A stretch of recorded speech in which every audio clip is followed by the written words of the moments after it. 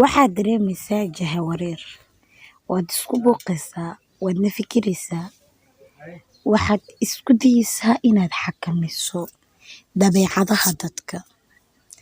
Dadka qaar markaad ka maaranto way ku imaanayaan, markaad u baahan tahay way kaa tegayaan.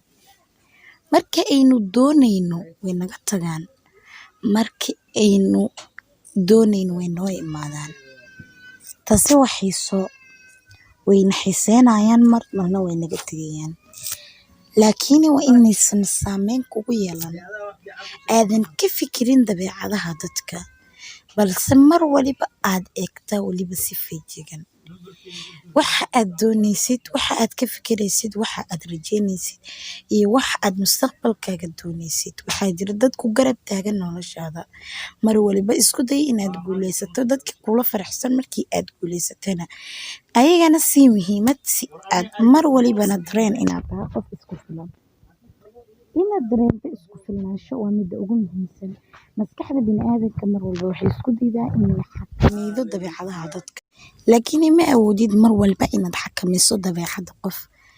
Balse waxaad awoodaa inaad ka fikirto, inaad ka fikirto noloshaada, inaad ka fikirto shakhsiyadaada, horumarkaaga iyo naftaada. Taas waa wax aad muhiim ku ah. Cidna aysan kaga baahnayn inaad ka fikirto. Dadka qaar waxay isku dayaan ku soo biirida noloshaada inay caqabado badan kugu hor istaagaan, balse mar walba guusha waa xaggaaga.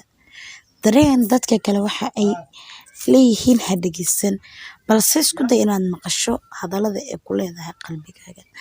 Waad ku mahadsan tahay daawashada muuqaalka.